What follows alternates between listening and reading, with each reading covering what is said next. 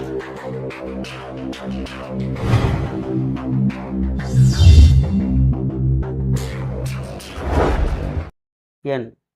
குலதெய்வமான குளிந்தாளம்மனை போற்றி, பெரிய கற்பனை சாமியை போற்றி, அனைவருக்கும் எனது பணிவான வணக்கங்கள். வணக்கம். பிறந்த நாள் செய்ய வேண்டியவை என்ன? அப்போ பொதுவாக நாம் இப்போ தமிழர்கள், ஹிந்து தமிழர் அப்படி எடுத்துக்கலாம். இதுக்கு முன்னாடினா நம்ம வைணவ மதம், சைவ மதம், இந்த அதி தேவதைகள் கும்பிட்றவங்க, இந்த குலதெய்வம் எடுக்கிறோம்ல, இப்படி சக்தியை கும்பிட்டாங்க, விநாயகரை கும்பிட்டவங்க, முருகனை கும்பிட்டாங்க. இப்படி ஒவ்வொன்றா எடுக்கும்போது வேறு வேறு பிரிவுகளாக இருந்தாங்க. இப்போ எல்லாத்தையும் இணைச்சி ஹிந்து மதம், ரைட்.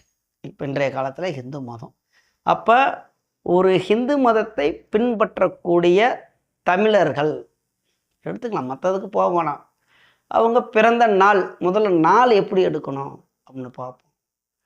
அப்படின்னா நீ என்னையா புதுசாக சொல்கிற அப்படின்னு கேட்கக்கூடாது. என் வீட்டிலே சொன்னால் ஏற்றுக்க மாட்டாங்க தான்.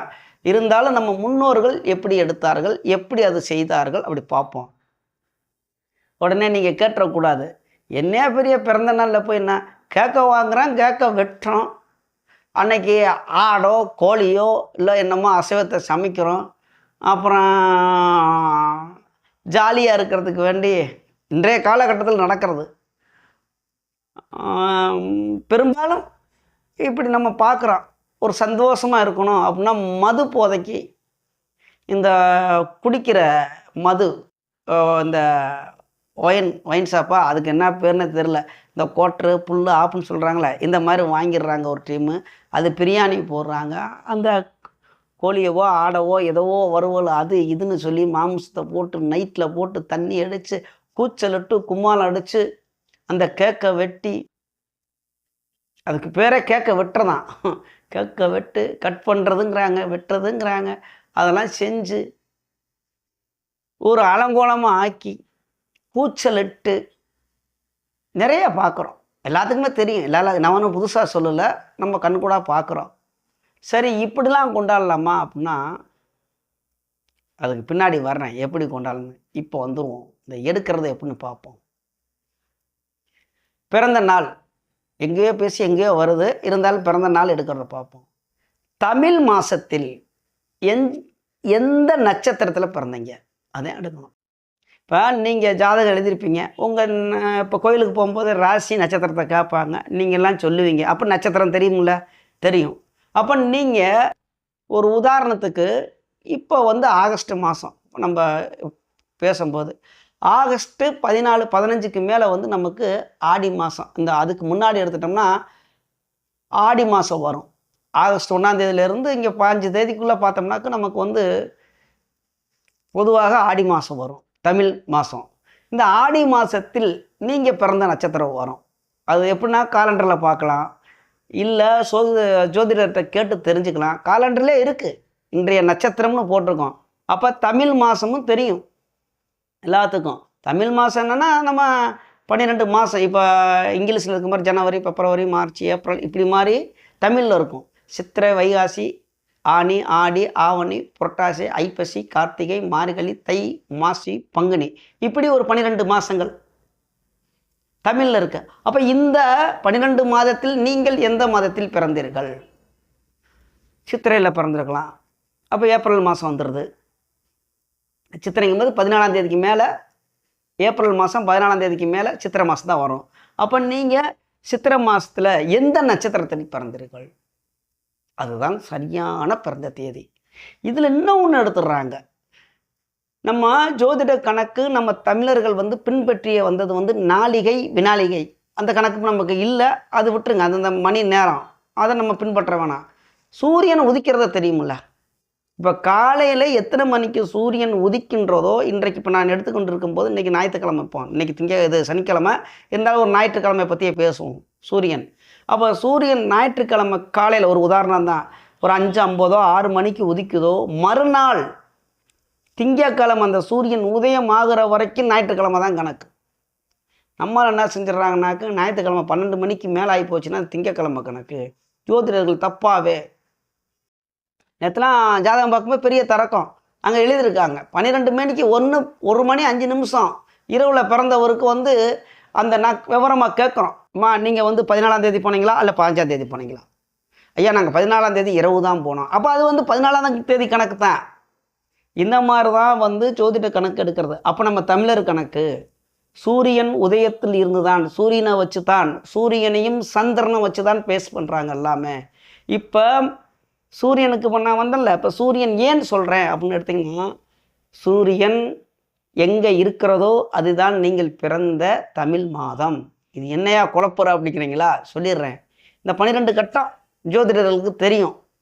ஜோதிடர் இப்போ பார்த்து கொண்டிருக்கவங்க ஜாதகத்தை கொஞ்சம் தெரிஞ்சவங்க இல்லை நல்லா தெரிஞ்சவங்களுக்கு தெரியும் 12 கட்டம்னு. அப்போ மேசம் முதல் ராசி. மேசங்கிறது சித்திரை மாதம், ரிஷபம் வைகாசி, மிதுனம் ஆனி, கடகம் ஆடி, வந்துருச்சுங்களா? சிம்மம் ஆவணி, கன்னி புரட்டாசி, இப்படி 12 மாதங்களும் இப்படி வந்துடும்.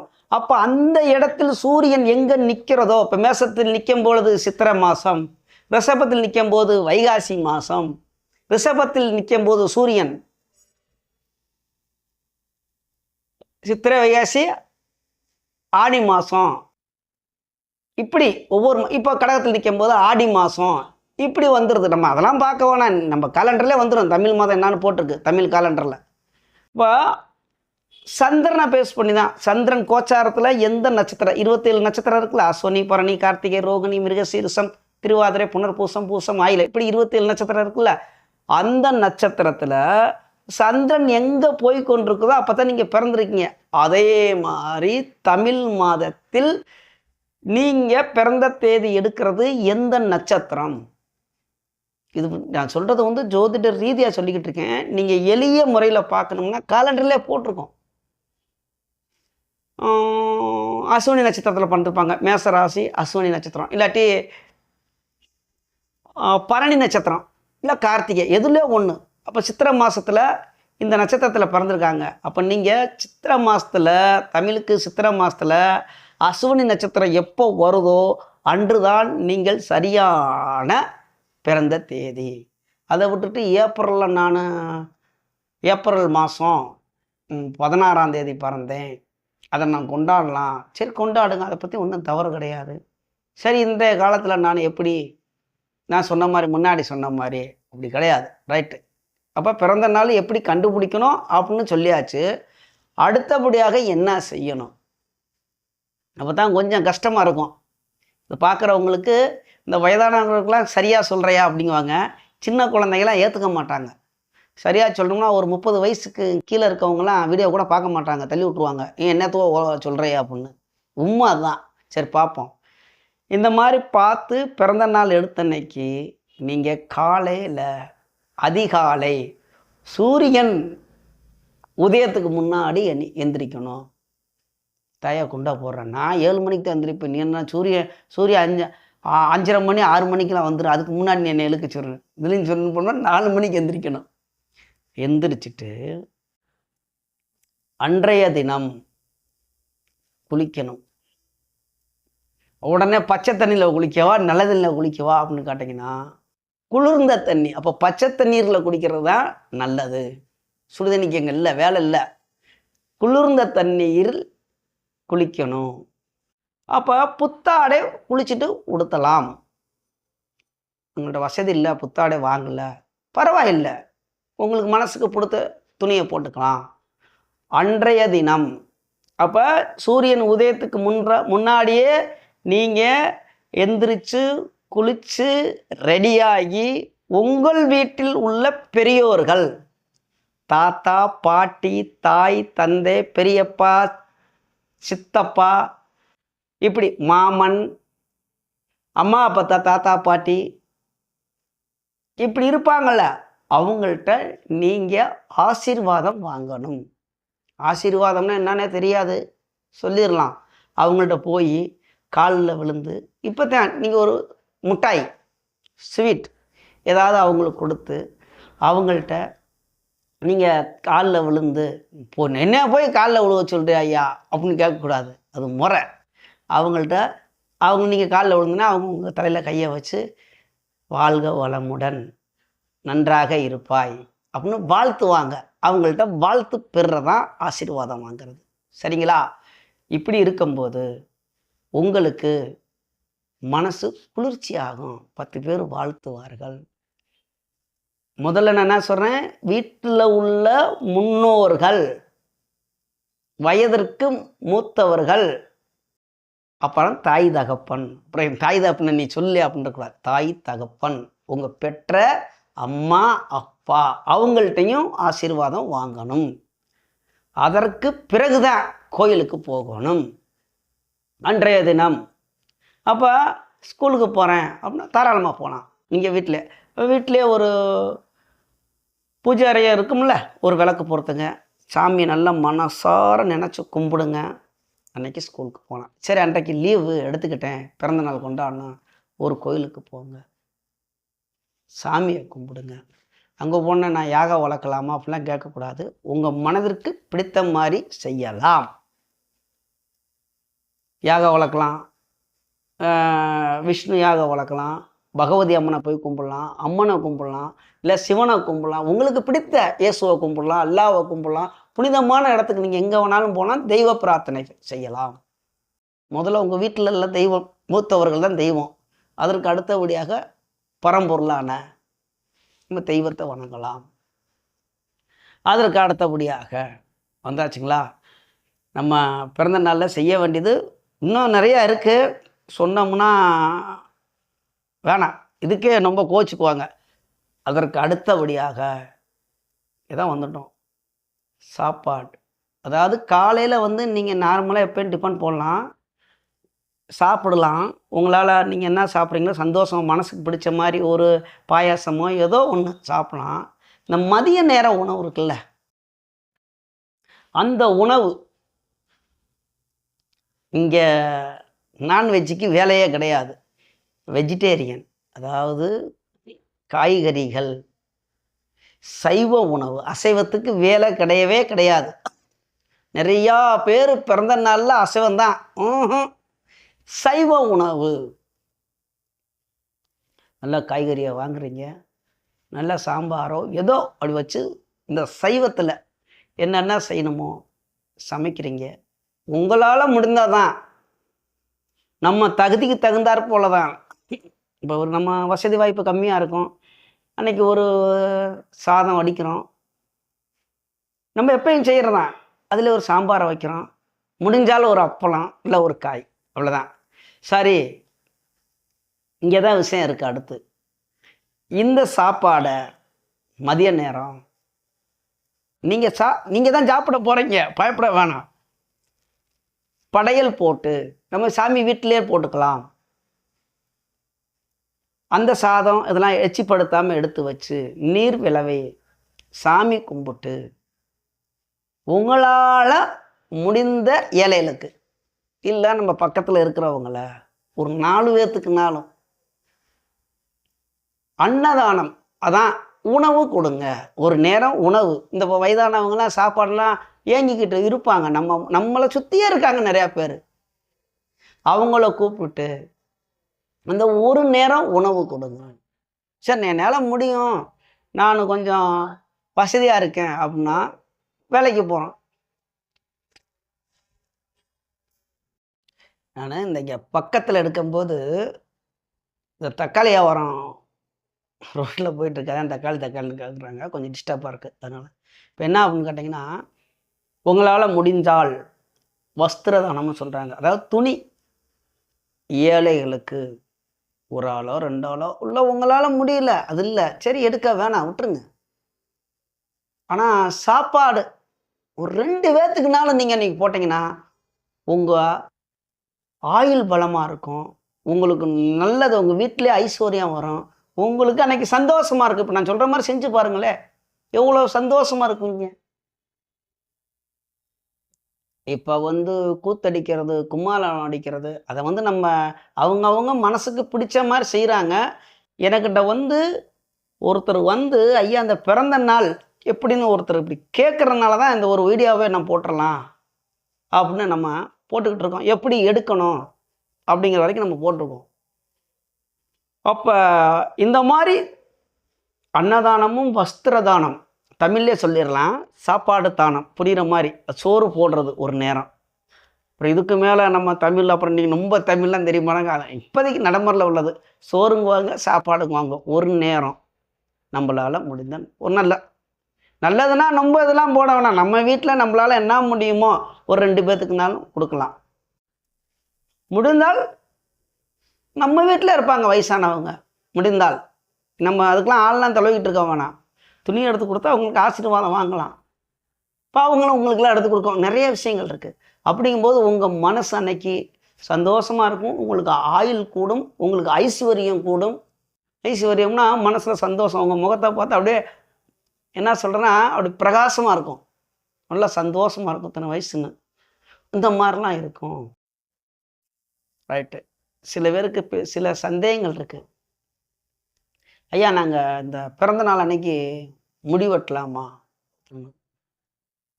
இந்த வெட்டுறது குத்துறதே ஆகாது சொல்லி சரி கேட்குறாங்க. அன்னைக்குங்க தான் நான் எனக்கு நகத்தை வெட்டுறேன். ஏன் வெட்ட வேணான்னாங்கன்னா, உங்கள் உடம்புல ஏதாவது காயம் பற்றக்கூடாது. இந்த சேவ் பண்ணுறது, இந்த முடி வெட்டுறது, இந்த நகம் வெட்டுறது, இந்த மாதிரி இந்த உடம்புல இந்த சரீரத்தில் வந்து எதுவும் காயம் படக்கூடாது. அன்னைக்கு உங்களுக்கு ஒரு காயம் பட்டுருச்சுன்னா அழிச்சு, இப்போ ஒரு சேவை பண்ணுறான் தெரியாமல் பிளேடு பட்டுருது. இப்போ அப்படிங்கும்போது உங்கள் உடம்பு, உங்கள் மனம் இங்கே நோகும்போது ஆத்மாவுக்கு சம்மந்தப்படுது. முடி வெட்டும்போது தெரியாமல். அதனால தான் இந்த மாதிரி தவிர்க்க சொல்கிறாங்க. எண்ணெய் தேய்ச்சி குளிக்கக்கூடாது அன்றைய தினம். தெரியும், என்னுடைய வீடியோ பார்க்குறவங்களாம் தெரியும். அந்த பிறந்த நாள் நட்சத்திரம் சில பேர் வந்து பிறந்த கிழமையிலே குளிக்க மாட்டாங்க. நல்லது, அதை எடுத்துக்கலாம், அது ஒன்றும் பிரச்சனை கிடையாது. அப்போ பிறந்த கிழமையெல்லாம் பார்க்கலாமா அப்படின்னு கேட்டிங்கன்னா, அந்த பிறந்த நாளைக்கு பிறந்த நாள் கொண்டாடுறது வந்து தமிழ் மாதத்தில் எந்த நட்சத்திரமோ அதுதான் நீங்கள் பிறந்த நாள் கொண்டாடுறது. அப்புறம் அந்த நீங்கள் பிறந்த நாள் வாரத்தில் 7 நாள் இருக்காது. இப்போ ஞாயிற்றுக்கிழமை, சனிக்கிழமை, புதன்கிழமை, நீங்கள் என்ன கிழமை வேணாலும் பறக்கலாம். அதில் எண்ணெய் தேய்ச்சி குளிக்கலாமா அப்படிங்கிறது தவிர்க்கிறது நல்லது. ஆனால் பிறந்த நாள் கொண்டாடுற அன்று எண்ணெய் தேய்ச்சி குளிக்கலாமா அப்படின்னா குளிக்கக்கூடாது. ஏன்னா எண்ணெய் தேய்ச்சி குளித்தா அன்றைக்கிங்க உங்களுக்கு தூக்கமாக வரும், வேறு ஒன்றும் இல்லை. உடம்பு அந்த அப்படியே நம்ம அந்த உஷ்ணம் சூடெல்லாம் போய் கொஞ்சம் இந்த என்ன சொல்கிறதுனா உடம்புக்கு நல்லா தான் எண்ணெய் தேய்ச்சி குளிக்கிறது. அன்னைக்குங்க ஒரு சோர்வாக இருக்கும், தூங்குற மாதிரியே இருக்கும். அப்படிங்கும்போது நம்ம ஒரு சோர்ந்து போய் காணுவோம். அதனால தான் எண்ணெயெல்லாம் அன்னைக்கு தேய்ச்சி குளிக்கக்கூடாது, தவிர்த்துடணும். மாமிச உணவு கூடவே கூடாது. பிற உயிரை கொன்று நம்ம அது இல்லை. பிறந்த நாளைக்கு நம்ம தமிழை பின்பற்றக்கூடியவர்கள், ஹிந்துவாக இருக்கக்கூடியவர்கள் இந்த மாதிரி நான் சொல்கிறது. அப்போ மாற்று மதத்தினர்கள் மாற்று இதெல்லாம் இப்படி செய்கிறாங்க நீங்கள் அப்படின்னா அதை நம்ம விமர்சனை பண்ணுறதுக்கு அவசியம் கிடையாது. அது அவர்கள் செய்யட்டும், அவர்களுக்கு தெரிஞ்சது, அவங்க ஆச்சாரம், அது உணவு. அது நம்ம அதை போய் அதில் குறுக்கும் போக வேணாம், அதில் தலையிட வேண்டாம். சரிங்களா? நாம் சொல்கிறது, இப்போ நான் சொல்லி கொண்டு இருக்கிறது ஹிந்துக்களுக்கு, தமிழர், தமிழ் ஹிந்துக்கள் அப்படி எடுத்துக்கலாம். அப்போ தமிழர்கள் இந்த மாதிரி செய்தால் உங்களுக்கு ஆயுள் கூடும், உங்கள் குடும்பத்தில் சந்தோஷமாக இருக்கும், ஐஸ்வர்யம் வரும், ஒரு குதூகூலமாக இருக்கும். இவ்வளோ விஷயங்கள் இருக்குது. இன்னும் நான் நிறையா சொல்லலாம். செய்யக்கூடாதுன்னு எடுத்துட்டா அது சில மனசுலாம் புண்படல. ஏன்னா இந்த பாட்ரின்னு சொல்லுங்கிற பேரில் பாட்ரி வைக்கிறேன்னு சொல்லிட்டு என்னென்னமோ நடக்குது பிறந்த நாளில். எல்லாருக்கும் தெரியும், இந்த மொபைல் தயவு நாள், இந்த ஊடக தயவு நாள் என்னென்னமோ காதில் கேட்குறோம், என்னென்னமோ நடக்குது. அதை பற்றி நம்ம ஒரு ஓரத்தில் விட்டுவோம். அதை நான் இந்ததே செய்யக்கூடாதுங்கும் போது இதுக்கு மேலே இருக்கிறதெல்லாம் நீங்கள் யோசனை பண்ணிக்கிங்க, அதெல்லாம் செய்யக்கூடாது. பிறந்த குழந்தை மேலே சாயத்தெல்லாம் சில பேர்லாம் தடவுறாங்க, அதெல்லாம் தப்பு. ஏதாவது இதாகிடக்கூடாதுல்ல, அந்த சாயப்பொடி இல்லாட்டி இந்த இதெல்லாம் என்னென்னமோ தூவி விட்றாங்க, அதெல்லாம் பார்க்குறான். அது அந்த அளவுக்கு சரியில்லை. சரி, இன்னும் நிறையா பேசலாம் இந்த பிறந்த நாளைக்கெல்லாம். இப்போ பிறந்த நாளில் நீங்கள் செய்ய வேண்டியது அன்னதானமும் வஸ்திர தானங்களும் செய்தால் நன்மை. இதில் நான் ஒரு ஏழை தான், இந்த மாதிரி இருக்கேன், எளிய முறையில் அப்படின்னா எளிய முறை சூரியன் உதயத்துக்கு முன்னாடி நான் சொன்ன மாதிரி எடுக்கலாம். இல்லை இன்னும் ஒன்று உங்களுக்கு சொல்கிறேன், என்னுடைய வீடியோ பார்க்குறவங்க, எனக்கு அதெல்லாம் பார்க்க தெரியல, எனக்கு நீங்கள் சொல்லுவீங்களா? என்னை தாத்தான்னு நிறையா பேர் கூப்பிட்றாங்க, இல்லை அன்னைங்களாம் ஐயாங்களாம், இல்லை சாமிங்களாம், எப்படி வேணாலும் கூப்பிட்றாங்க, கூப்பிட்டு போட்டோம். ஐயா, நாங்கள் இங்கிலீஷ் தேதியை சொல்கிறேன், பிறந்த தேதியை நீங்கள் அன்னைக்கு நட்சத்திரத்தையும் சொல்ல முடியுமா அப்படின்னா கண்டிப்பாக நான் சொல்கிறேன். என்னைக்கு கொண்டாடலாம்னு எனக்கு அந்த நாளை சொல்கிறீங்களா அப்படின்னாக்கும் கண்டிப்பாக நான் சொல்கிறேன். உங்கள் பிறந்த தேதி என்கிட்ட சொல்லுங்கள், என்னைக்கு நீங்கள் கொண்டாடணும் அப்படின்னு அந்த அந்த தேதியை நான் சொல்கிறேன். இங்கிலீஷ் தேதி மாறி வரும், தமிழ் தேதியுமே மாறி வரும். ஆனால் தமிழ் மாதமும் நட்சத்திரமும் கரெக்டாக வந்துடும். நீங்கள் எந்த தமிழ் மாதத்தில் பிறந்தீங்களோ அந்த நட்சத்திரம் கரெக்டாக வந்துடும். ஆனால் இங்கிலீஷ் தேதியும் தமிழ் தேதியும் மாறி வரும் நீங்கள் பிறந்த நாள் நான் சொல்கிற மாதிரி எடுக்கும்போது. அப்போ நான் சொல்கிறேன், நீங்கள் ஃபோன் பண்ணி கேட்டுக்குங்க, அந்த நாளை நீங்கள் கொண்டாடுங்க, அருமையாக இருக்கும். எளிய முறை தான் நான் சொல்கிறது, ரொம்ப காசே செலவு இல்லை. துணி தான் இப்போ அந்த காலத்துலலாம் துணி வாங்கிட்டு இருந்தாங்களா நம்மளை மாதிரி ஏழையெல்லாம் இருக்கவங்க? அவங்க இருக்கிற துணியை நல்ல தனியாக போடுங்க, சந்தோஷமாகும். அன்றைக்கி போய் நம்ம வீட்டில் இருக்கவங்களும் முதல் முன்னோர்கள், நம்ம அம்மா பெற்றவங்க, அப்பா பெற்றவங்க, இன்னும் நம்ம குடும்பத்தில் பெரியப்பா சித்தப்பா நம்மளை தூக்கி வளர்த்துன தாராட்டின வளர்த்து மாமன் மைத்துனர் நிறையா, நம்ம மாமன்லாம் நம்மளை தூக்கி வளர்த்து எவ்வளோ கொஞ்சிருப்பாங்க குழந்தையில, அவங்கள்ட்ட போய் ஆசீர்வாதம் வாங்குங்க. அதை விட்டுட்டு இன்றைய காலகட்டத்தில் அது வேணாம், அது மீண்டும் மீண்டும் அதை பேச வேணாம், ரொம்ப இதாக இருக்குது. அப்போ இப்படிலாம் பிறந்த நாள் கொண்டாடலாம், சரிங்களா? உங்களுக்கு தெரியல நாள் இது காலண்டரில் இருக்குது, நீங்கள் எடுத்துடலாம். தமிழ் மாதத்தில் எந்த நட்சத்திரம்னு சில பேர்த்துக்கு எங்களுக்கு தெரியல, அதை எங்களுக்கு எப்படி கண்டுபிடிக்கணும் தெரியல அப்படின்னா என்கிட்ட கேட்டு தெரிஞ்சுக்கலாம் தாராளமாக. நான் இங்கிலீஷ் தேதியை சொல்கிறேன். நீங்கள் ஒரு தேதியில் வந்து இந்த மாதத்தில் நான் பிறந்திருக்கேன் அப்படின்னா நீங்கள் ஒரு 10-20 நாள் இருக்க என்கிட்ட கேட்டுக்குங்க. ஏன்னா அது முன்னாடியும் வரலாம் பின்னாடியும் வரலாம் நட்சத்திரம் தமிழ் மாதத்தில். அப்படி கொண்டாடி பாருங்க, நல்லா இருக்கும், சரிங்களா? வேறு அவ்வளோதான். இன்னும் ரொம்ப அதிகமாக வந்து இந்த நல்லது எவ்வளோ வேணாலும் பேசலாம். இந்த இப்போ நடந்து கொண்டிருக்கிறது வந்து அதை பேசும்போது சிலர் மனசு வந்து புண்படும். இந்த மாமிசத்தை இதெல்லாம் சாப்பிடாதீங்க, இந்த கேக்கு, இந்த மெழுகுதிரி பெருத்துறது, நிறையா பேர் இதெல்லாம் செய்கிறாங்க. நம்ம விளக்கு வெளி தான், ஒளி தான், என்னென்னமோ செய்கிறாங்க. அதெல்லாம் நம்ம சொல்லும்போது பிறர் மனசு புண்படும் தானே. ஹிந்துக்கள் முறைப்படி நான் சொன்னது, சரிங்களா? சரி, அடுத்த வீடியோவில் வந்து நம்ம சந்திப்போம். இப்போ நமது யூடியூப் சொந்தங்கள் அனைவரும் வளமுடன் வாழ்வீர்கள், நன்றாக இருப்பீர்கள். நன்றி, வணக்கம்.